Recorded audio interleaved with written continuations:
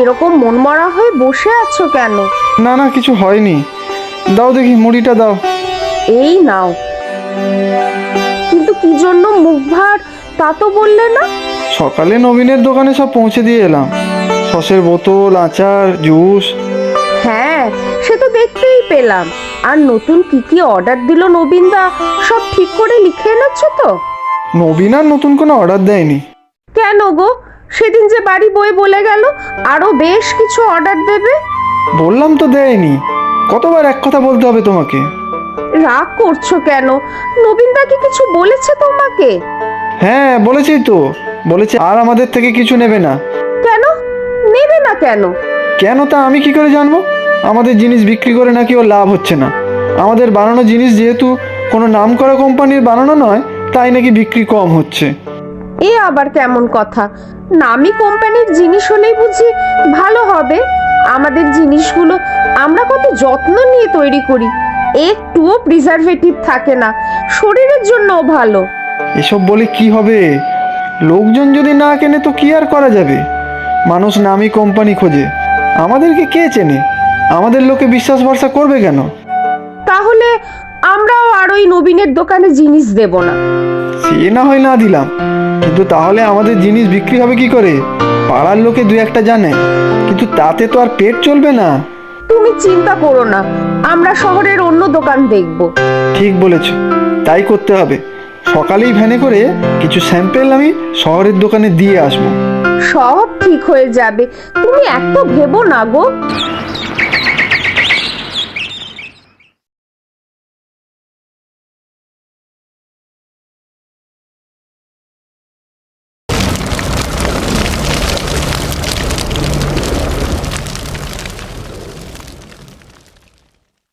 তুমি আবার সকাল সকাল এসব নিয়ে বসলে কেন?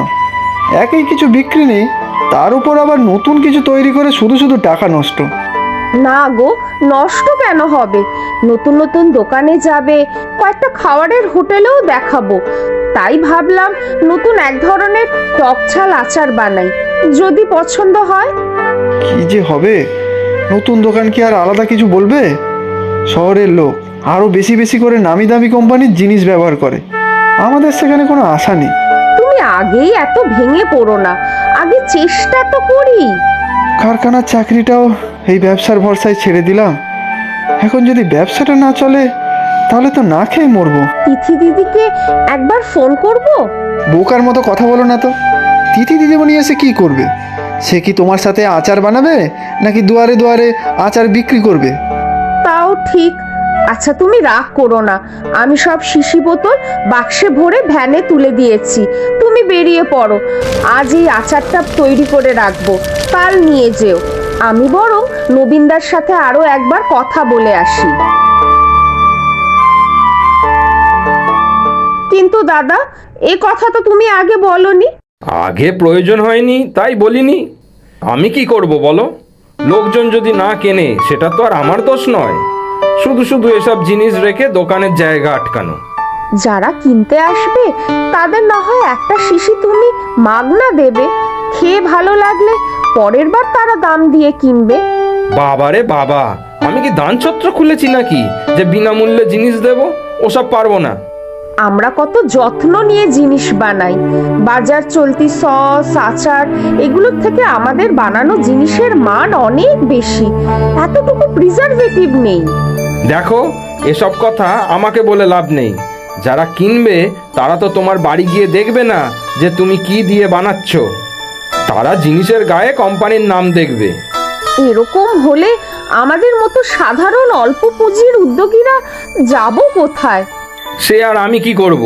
আমার দোকানে যেটা বিক্রি হবে আমি তো সেটাই রাখবো নাকি? শুধু শুধু তোমাদের থেকে টাকা দিয়ে জিনিস কিনে তো আর আমি লোকসান করতে পারবো না।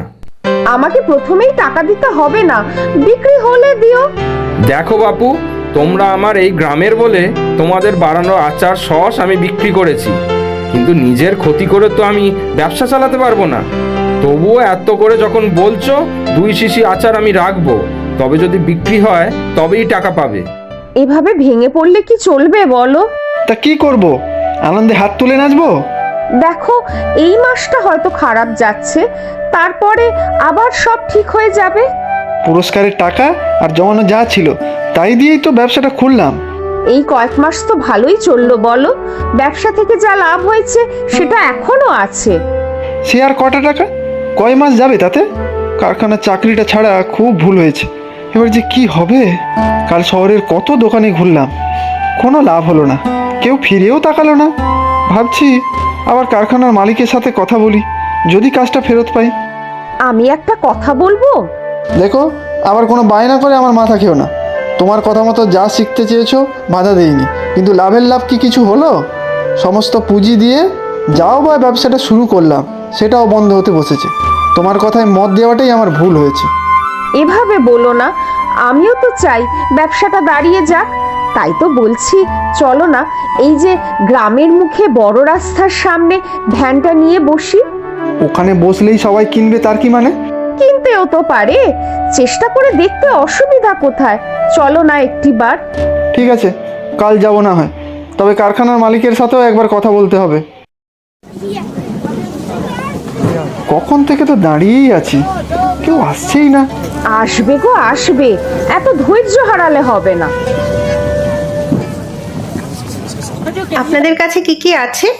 আচার, সস, বিভিন্ন ধরনের জুস সব পাবেন আমাদের কাছে। আমি সব নিজে হাতে বানাই, আর এগুলো সব প্রিজারভেটিভ ছাড়া। প্রিজারভেটিভ ছাড়া? তাও আবার হয় নাকি? এগুলো বানানোর পর এক বিশেষ পদ্ধতিতে কাঁচের শিশিগুলো ফোটানো হয়, বেশি দিন যাতে সংরক্ষণ করা যায়। বাহ, বেশ তো।